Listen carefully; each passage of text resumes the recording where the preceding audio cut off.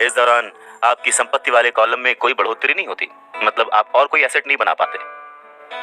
अगर एक यंग पति पत्नी, यंग कपल शुरुआत में ही अपना पैसा अपने एसेट वाले कॉलम में लगाए तो उनके आगे के साल बहुत ही आराम से गुजरेंगे, खासकर उस समय जब वो अपने बच्चों को कॉलेज में भेजेंगे।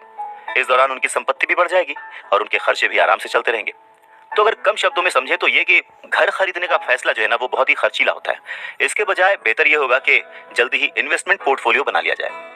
देखिए, घर खरीदने का असर किसी भी आदमी पर 3 तरह से पड़ता है। पहला, समय की बर्बादी, क्योंकि इस पूरे दौरान दूसरी संपत्तियों का मूल्य बढ़ चुका होता है।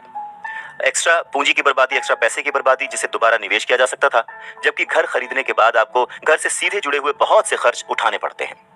तीसरा, शिक्षा की बर्बादी। अक्सर ऐसा होता है कि लोग ये मानते हैं कि उनके जो एसेट्स वाले कॉलम में, संपत्ति वाले कॉलम में उनका घर, बचत और रिटायरमेंट प्लान आते हैं। अब क्योंकि उनके पास इन्वेस्ट करने के लिए पैसा नहीं है, इसलिए वो बिल्कुल भी इन्वेस्ट नहीं कर पाते। इस कारण उन्हें इन्वेस्टमेंट का अनुभव कभी मिल ही नहीं पाता। ज्यादातर लोग कभी एक समझदार इन्वेस्टर नहीं बन पाते और सबसे बढ़िया इन्वेस्टमेंट अक्सर सबसे पहले समझदार इन्वेस्टर्स को बेचे जाते हैं, जो बाद में उन्हें ज्यादा दामों